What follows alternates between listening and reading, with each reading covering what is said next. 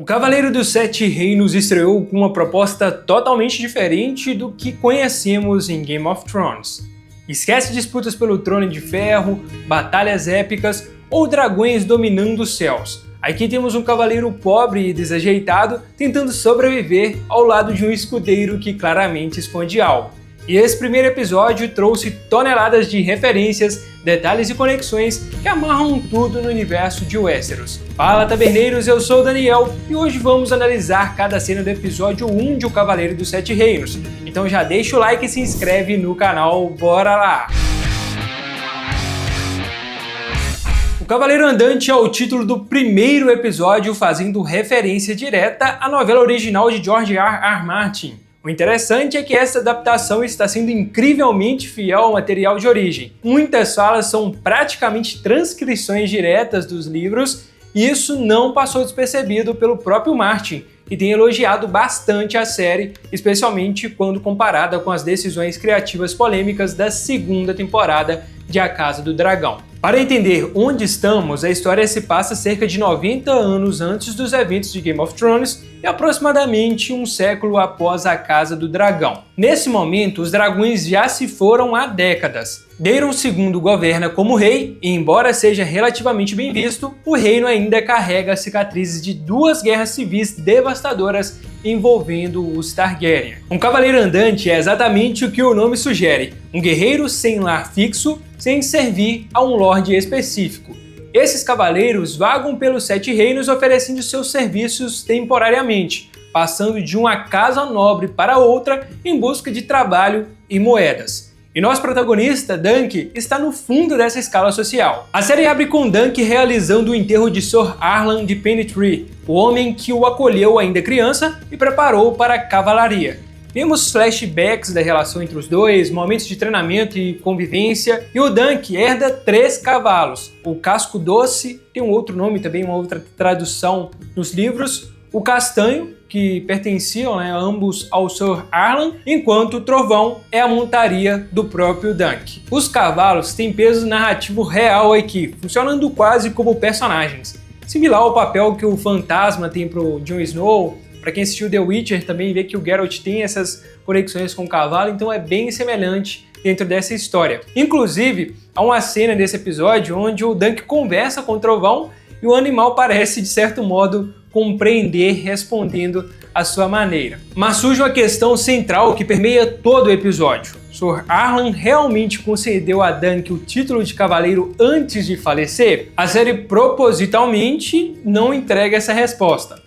Mesmo com os flashbacks, nunca presenciamos uma cerimônia ou declaração explícita. Existe até um momento cômico onde o Dunk pergunta diretamente se será armado o cavaleiro e o Arlan simplesmente ignora, cuspindo para o lado. Essa ambiguidade ela é intencional, porque o Martin jamais confirmou nos livros se o Dunk realmente foi legitimado como cavaleiro ou se está blefando. Isso tem uma grande importância porque apenas cavaleiros certificados podem participar do torneio de Valfreixo, para onde o Dunk está indo. E vencer esse torneio seria a sua chance de impressionar algum lorde poderoso e finalmente conquistar terras e status. E tem um detalhe engraçado, que é um momento onde a música de Game of Thrones, aquela icônica música de abertura, começa a tocar, criando aquela expectativa de que vão reutilizar o tema, como aconteceu lá em House of the Dragon, e vai ter uma introdução épica.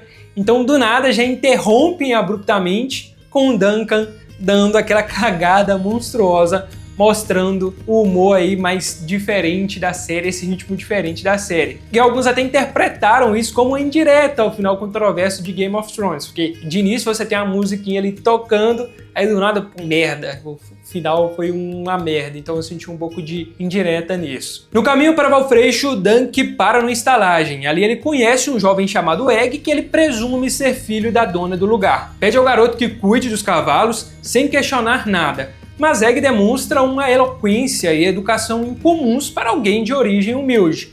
Ele é articulado, observador e claramente teve acesso a ensinamentos que o povo comum não recebe. Porém, Dunk não desconfia, e uma das características marcantes do personagem é sua ingenuidade genuína. Ele tende a acreditar nas pessoas e raramente questiona suas intenções, o que frequentemente o coloca em situações complicadas. Dentro da estalagem, Dunk se depara com um homem embriagado, Daeron Targaryen, apelidado de O Bêbado. Quando desperta repentinamente, Daeron solta uma frase enigmática: "Eu sonho com você". Seus traços Targaryen são evidentes, o cabelo característico da dinastia, e ele paga suas despesas com moedas marcadas pelo brasão real. Daeron possui a habilidade de ter sonhos proféticos, similar ao dom de Helena em A Casa do Dragão. Sua dependência ao álcool não é mera fraqueza de um caráter, é uma tentativa desesperada de silenciar essas visões que ele tem. E os sonhos vêm independentemente da vontade dele, mas o álcool consegue amenizá-los parcialmente. A visão que teve envolve um destino de Dunk tanto a eventos imediatos quanto seu futuro distante. Dunk, no entanto, desconhece completamente a existência de sonhos proféticos. Ele apenas nota algo peculiar no comportamento de Daeron e segue seu caminho. Posteriormente, o Dunk flagra o Egg montado em trovão, começa a questionar ele ali, que ele estava fingindo ser cavaleiro, e o Egg, com a língua afiada, ele rapidamente percebe uma inconsistência no comportamento de Dunk que sugerem que ele pode não ser um cavaleiro legítimo. Sua percepção aguçada fica ainda mais evidente quando menciona casualmente ter conhecido pessoalmente os maiores cavaleiros do reino. O Dunk zomba dessa afirmação, mas a verdade é que Egg não está exagerando.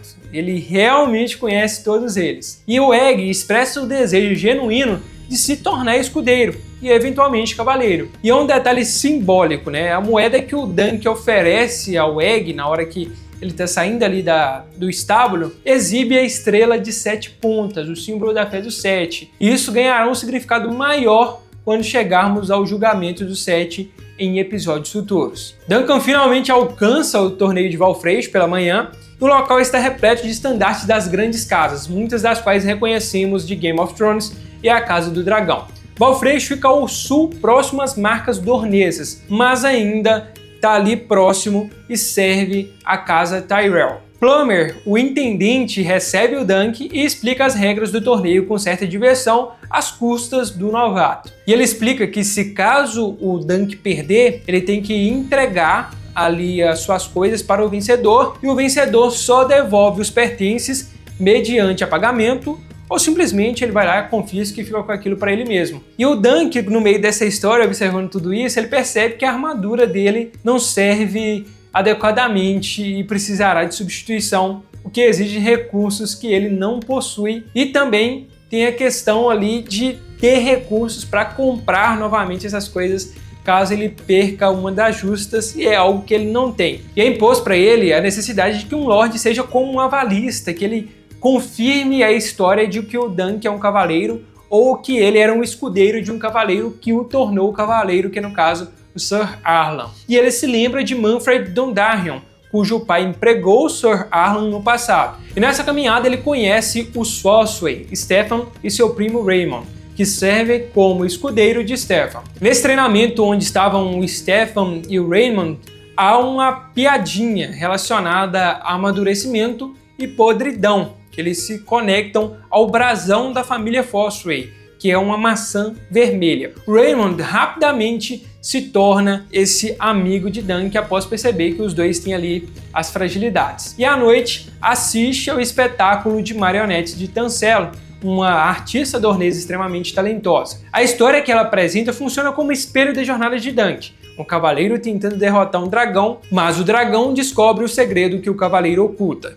Se exposto, o cavaleiro está condenado. A metáfora é clara, Dunk pode estar escondendo o fato de nunca ter sido legitimamente armado cavaleiro, e se os Targaryen descobrirem dessa mentira, as consequências serão terríveis. A série sutilmente inclina-se para essa interpretação, sem confirmar absolutamente se é verdade ou não. Depois disso, Dunk novamente se reencontra com Raymond Fossway, que expressa sua frustração por não poder competir no torneio, já que serve apenas como escudeiro de Stefan. E essa informação será relevante posteriormente. E eles seguem para o pavilhão de Lyonel Baratheon, atual senhor de Ponta Tempestade e um dos lordes mais influentes do reino. Conseguir um jantar gratuito de alguém tão rico é estratégia inteligente, que é o que vimos na série. O apelido dele é Tempestade Risonha e vem do hábito de gargalhar alto quando enfrenta adversários em combate. E como é mostrado, ele é grande, é comparável em altura com o Dunk e transmite a energia que lembra o do Robert Baratheon jovem, adora batalhas, festas, mulheres e diversão em geral. Péssimo governante, que foi ali o Robert, mas um companheiro excepcional, um amigo muito bom de ter. E o Lionel menciona as justas, que elas foram inventadas há 4.000 anos, aproximadamente durante a invasão Andala. Essa referência se conecta ao julgamento dos Sete, que é uma tradição trazida pelos Ândalos. E mesmo bêbado, o Lionel identifica o Duncan na multidão devido à sua altura impressionante, chama ele, tem aquelas piadinhas, aquelas histórias testando as suas intenções. E quando percebe que o Dunk simplesmente quer aproveitar a comida gratuita sem segundas intenções políticas, Lionel relaxa completamente. É tranquilizante encontrar alguém sem uma agenda, alguma pedida ali escondida. E eles compartilham aquela dança tradicional de Westeros. O Lionel deixa ali o Dunk com sua coroa de chifres e é um gesto extraordinário de confiança, porque normalmente tal ousadia resultaria em uma punição severa. Então, se o Raymond foi a primeira amizade genuína de Dunk naquele início ali do torneio, o Lionel Baratheon, um dos homens mais poderosos de Westeros, torna-se a segunda e promete ser aliado valioso. É uma adaptação que eu gostei, apesar dos dois terem esse conhecimento, só que a série cria uma conexão ainda mais próxima entre o Dunk e o Lionel Baratheon, algo que deve ser explorado nos próximos episódios, que vai se conectar muito bem com a função de que o Lionel Baratheon vai fazer no futuro para ajudar o Dunk. Então vai estar certo também dentro da série. E saindo da tenda, o Dunk avista o Manfred Dondarrion no pavilhão e tenta essa aproximação, lembrando ele do serviço que o Sir Arlan prestou ao pai de Manfred. Há outro flashback mostrando aquela batalha, porém o Manfred trata ele com desdém, meio que fala que não vai ajudar, não vai cooperar,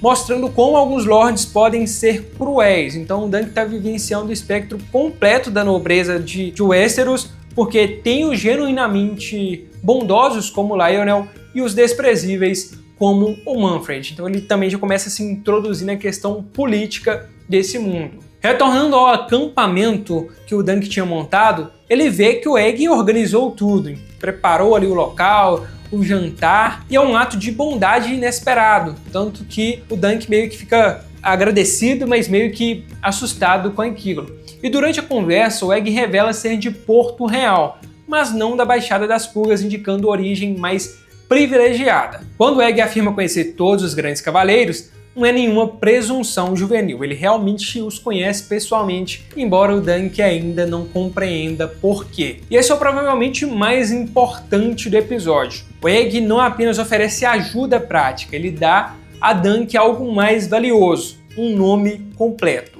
Como mencionado, Dunk nunca teve um nome real, era apenas Dunk, porque Arlan precisava chamá-lo de algo quando o encontrou. E o Egg sugere Duncan, e pela primeira vez, Dunk possui um nome completo e próprio.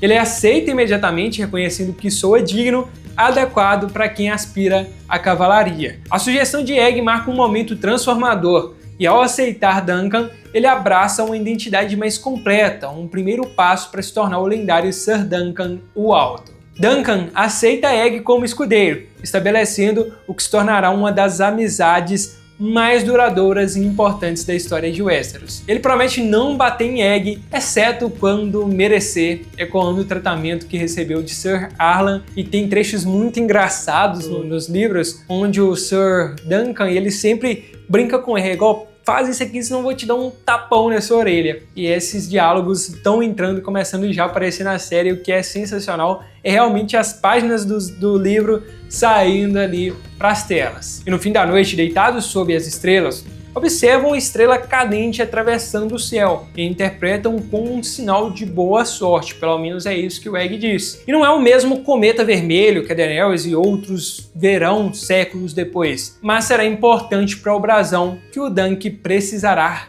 criar, porque ele não pode usar o brasão de Sir Arlan, pois apenas parentes próximos têm esse direito. Eventualmente, o Dunk criará seu próprio brasão, que essa estrela cadente fará parte dele. E falando de conexões futuras, o Dunk tem uma certa conexão com a Brienne de Tarth. Então a Brienne cresceu conhecendo as lendas de Ser Duncan. O Joffrey também menciona o Duncan brevemente na série original. Ele eventualmente ascende à Guarda Real e se torna tão lendário que ocupa 4 páginas inteiras no livro dos Irmãos, o registro oficial dos Cavaleiros.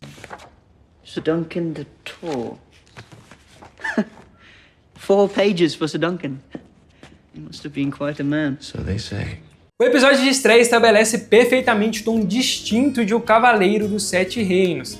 É intimista, focado em desenvolvimento de personagens, surpreendentemente fiel ao material original e oferece perspectiva completamente nova sobre o Westeros, sobre as histórias de George R. Martin. Não temos intrigas pelo Trono de Ferro ou dragões destruindo cidades. Temos um homem gigante tentando sobreviver e provar seu valor no mundo que constantemente o subestima. E ao seu lado, um garoto misterioso cuja verdadeira identidade ainda será revelada. Eu farei análises de todos os episódios dessa temporada, então se inscreve no canal para acompanhar e comenta aí o que vocês acham, se o Sir Alan realmente armou o Duncan como cavaleiro, quem vocês acham que Egg realmente é. Deixe nos comentários e tamo junto. Muito obrigado por sua visualização. Vamos até as próximas análises de Taberneiros. É isso, valeu e fui!